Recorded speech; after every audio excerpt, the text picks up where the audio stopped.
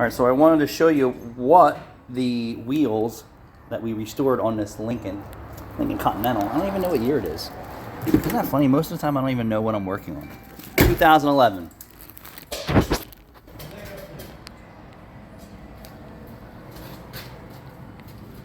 Looks good, right?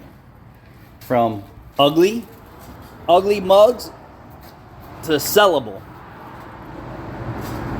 So these were a polished surface originally. Now they're a silver. So we use an Hwp101 silver. And that is from Dupli. So I use Dupli Hwp101 silver, most popular silver wheel out there. And you know what I like about this silver?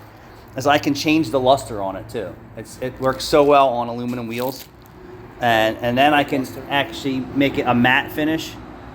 I can make it, you know, super satiny. I mean, they're the Dupli clear. What is it?